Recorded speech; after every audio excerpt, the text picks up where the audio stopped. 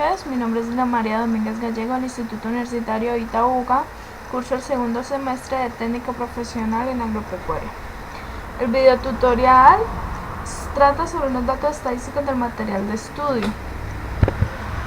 En la siguiente presentación les explicaré lo siguiente: cómo hallar el rango, cómo hallar la clase, cómo hallar la amplitud, un ajuste de rango, realizar el tallo y hoja, realizar una tabla de frecuencia y por último la gráfica de barras. Estos son los datos de la cantidad de centímetros cúbicos de agua en 200 días en la zona de Uga. Como podemos ver, el color amarillo tiene el dato mínimo, que es 5,0, y el color verde tiene el dato máximo, que es 60,0. Rango e intervalo de clase. El rango es la diferencia entre los valores extremos de un conjunto de datos, es decir, del y máximo y el y mínimo. El y máximo es el 60,0 y el y mínimo es el 5,0. La operación de rango es rango igual a y máximo menos y mínimo igual. Ahora ponemos los datos. 60, ¿por qué 60? Porque se le quita el 0, ya que es un decimal que no tiene ningún valor.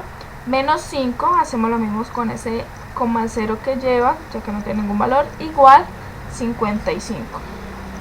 Intervalo de clase es un grupo que presenta una característica común cuantificable del conjunto de datos. Se simboliza con una M minúscula.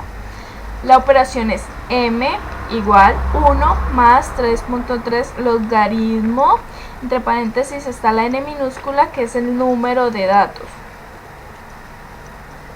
Ahora, el logaritmo donde iba la N es 200, que es el número de datos, y el logaritmo de 200 es 2.30. Ahora haremos la operación M igual a 1 más 3.3 logaritmo de 200, que nos da por resultado 8.59. Ese 8.59 lo redondeamos a 9, que es igual al intervalo de clase 9. El ancho o la amplitud. El ancho de amplitud está representado con la C mayúscula y la operación es C igual rango dividido intervalo de clase. Ahora pondremos un número, C igual 55 dividido 9, que nos da 6.1. Esto lo redondeamos a 7, el cual el ancho podemos decir que es 7. El ajuste de rango. El ajuste de rango se hace, la operación es rango igual a ancho por intervalo de clase. Ahora haremos la operación R igual 7, que es el ancho, por 9, que es el intervalo de clase, que nos da como igual 63. Ahora el exceso. El exceso es ajuste de rango menos rango dividido 2. El ajuste de rango nos dio 63 menos el rango, que es 55, nos da como resultado un 8. Ese 8 lo dividimos por 2, el cual nos da un 4. Tallo y hoja. El tallo y hoja es una técnica que resume de manera simultánea los datos en forma numérica. Podemos ver que están en forma ordenada los 200 datos. En el tallo están los números enteros y en la hoja sus decimales. Como podemos ver, el 5 a su lado en la hoja tiene el 0, el 7 y el 7, ya que en la tabla estaban esos números: 5,7, 5,0, 5,7 y ese es el mínimo. El número 60, que es el máximo, solo tenía como decimal un 0.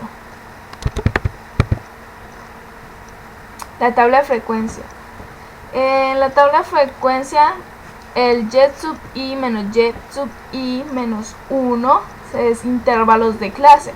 Como podemos ver, ese 1 lo sacamos de una operación del exceso, que pusimos el número mínimo y lo restamos por 4 y nos dio un 1.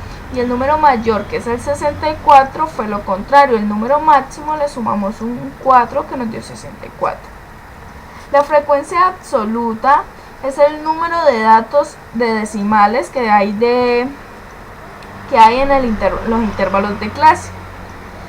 La frecuencia relativa se halla dividiendo cada uno de los datos de la frecuencia absoluta por el número total de datos, que es 200.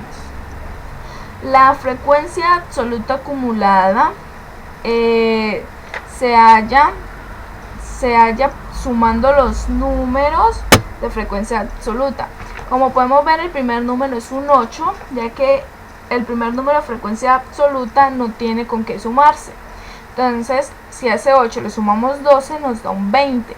Si a 20 le sumamos 23, nos da un 43. Al 43 le sumamos 35, nos da 78. Al 78 le sumamos 44, nos da 122. Al 122 le sumamos 35, nos da 157. Si al 157 le sumamos 23, nos da 180. Si al 180 le sumamos 12, nos da 192. Si al 192 le sumamos 8, nos da 200. El cual la frecuencia absoluta acumulada se representa con n mayúscula sub i. Frecuencia relativa acumulada se representa con el h mayúscula sub i. La podemos hallar de dos formas, que es dividiendo la frecuencia absoluta acumulada, cada uno de esos números, por el número total de intervalos de clase, o la otra sería sumar los números de la frecuencia relativa, y como podemos ver al final nos va a dar siempre nos va a dar el número 1. Ahora seguimos con y mayúscula sub i, que se llama límite real, y se halla con la suma de los dos primeros números del y sub i menos y sub i menos 1, que son los intervalos de clase. Se suman esos dos números y se divide por 2. Y hacemos así consecutivamente con los mismos números hasta llegar al último.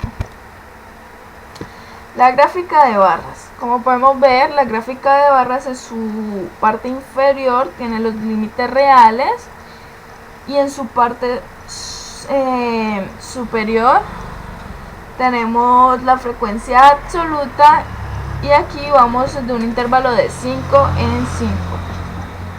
Muchas gracias por su atención.